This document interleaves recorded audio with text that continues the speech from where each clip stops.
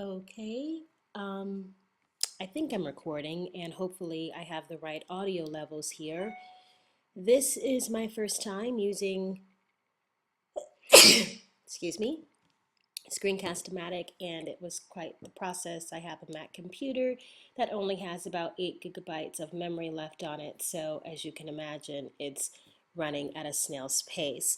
Uh, Nonetheless, this is a short snapshot, I guess you could say, of the social media sites that I use in the order that I use them most frequently. So you have Twitter, Instagram, LinkedIn, Facebook, and Google Plus. Okay, and so now we are on Twitter. And this is a site that I use Twitter for a lot of things. I use it to surf for information about breaking news. I'm a television news anchor, and so I'm a news junkie as a result.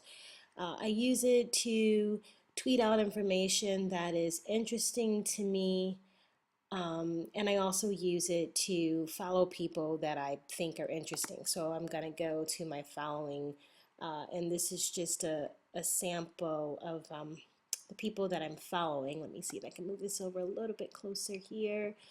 So I have Michelle Miller from CBS News, The Daily Beast. These are recent people. I just started following Rosie Perez because she was a new addition to The View. AT&T customer care because I had issues getting the new iPhone 6 Plus. And there's our lovely professor. I am now following her too. I love it when our professors are on social media.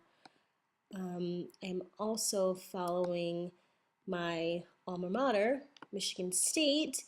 I'm a Big Ten girl, undergrad, and I love football. And here's the wrap, which covers a lot of Hollywood news. I got a lot of information from them in light of the Joan Rivers uh, death that is now being investigated.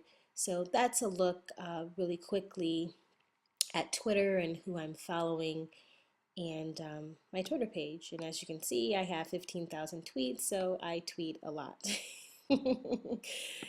All right, and so now I'm going to go to Instagram. And I'm just going to kind of jump right into this because I want to try to keep it short. So this is a short tour of my Instagram page. Instagram I use mostly for my family, so they can keep in touch with me and my friends and my children mostly and what we're doing. I was just in Atlanta, so the pictures you're looking at now are from there. I was there with my sister, and so we had some good food. Here I am with my new device, the iPhone 6 Plus. I don't know if it was worth the money I spent on it, but I like the technology. This is a story that I had to cover on Thursday. I was there out in the field anchoring. A little girl went missing, and unfortunately, they recovered her body. It was an exhausting day, but I used Instagram to help me communicate with viewers to get more information um, on what they knew in terms of the search, and also when candlelight vigils like the one you see here were being held. So this is another vigil that they had, and I also used it to record videos, as you can see here, giving updates on what was going on. It was a great tool. It's the first time that I use Instagram to this capacity, and I think I liked it because instead of just waiting for our live television hits to come up, I use this to let viewers know what was happening at that moment. This was a press conference update that the sheriff gave. So that's my Instagram page, and now we are moving on to LinkedIn. I think it's very important to network. That's one of the ways I found out about Quinnipiac University. A young lady that I am connected to on LinkedIn here. Um, I asked her, what university should I consider? And she said Quinnipiac University, and I said, okay. She actually is a professor herself. I'm in Tennessee, and but I think that LinkedIn is a great way to stay connected to the people that are in your industry. That's more professional version of Facebook. So this is just a brief rundown and concise. I studied Chinese for a good while, and Shishudang is my old teacher, and she is having an anniversary, I see. So that's cool. Let's see here. Um, I am not finding it rather quickly here, so I want to move along. In short, I use LinkedIn though for more networking purposes to stay in touch with people in my field or to find out what is new in the industry. When you go to the home page, I'm sure a lot of you use LinkedIn, you're familiar with it. You get a lot of updates on news in your feed that is pertaining to the different groups that you're connected to and the people that are in your network as well. And so my LinkedIn network has 526 connections and a heck of a lot of professionals in my network. Okay, and so last but not least, I believe, well, not last, but second to last is Facebook. I do not personally have a Facebook account, but we have to use Facebook for work. So I use my station's Facebook page, and this is what it looks like.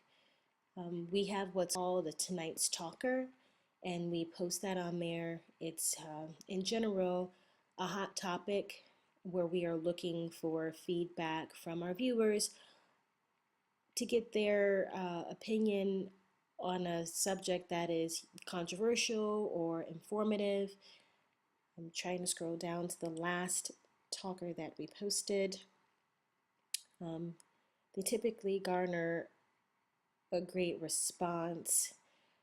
I believe the last talker we did, we had more than 700 comments, and it was pertaining to the young lady who was missing. A lot of people were upset that the police department didn't issue an Amber Alert right away. So the question we proposed to the viewers was, do you think that an Amber Alert should have been posted? And here I am now. I finally found that question. Do you think an Amber Alert should have been issued in the search for Hawaii Robinson? And look at that. That's huge. 880 people sounded off on this. So this gives us an idea of what people are interested in. Most of our Facebook posts maybe get about 100 comments. This one only has 16, but 880 was substantial, and as a result, we are considering taking the coverage further with this and perhaps doing a town hall meeting because it clearly resonated with our viewers. So this is our company's Facebook page, and it's used primarily to interact with our viewers and have them interact with us as well. Last but not least is Google+. And I use Google Plus for school. I have the Google Plus Hangout. I opened one up when it first launched just because I like social media and I like to be familiar with the different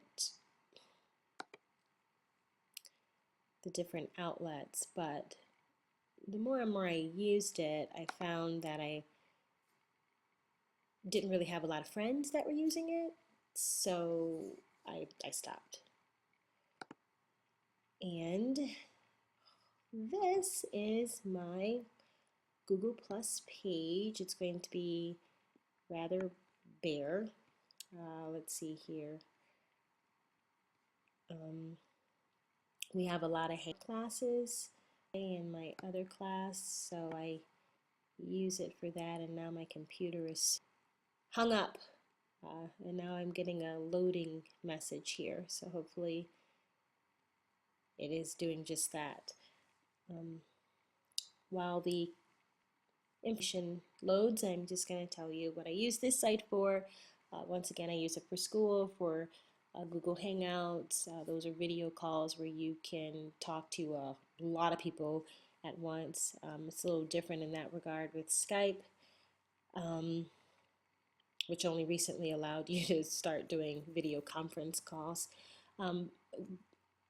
Google Plus is also pretty neat though, because it tends to be like Twitter, where you have a lot of different news articles or pictures or videos that are being pushed to your news feed, depending on who you follow and the groups that you follow. And this is starting to hang up on me. I constantly have this swirl here. So, and now I'm getting this message. Let's see here when there you go. Right. We are having trouble connecting to Google. Keep trying. This has been the story of my life with like most of my assignments, and it's my fault really. I need a new computer. It's an old computer and it just doesn't have a lot of room. So this is my first video assignment, the day in the life of social media. I'll look through Twitter, Instagram, LinkedIn, Facebook, and Google+. I was looking for 10 minutes and now I'm at 12.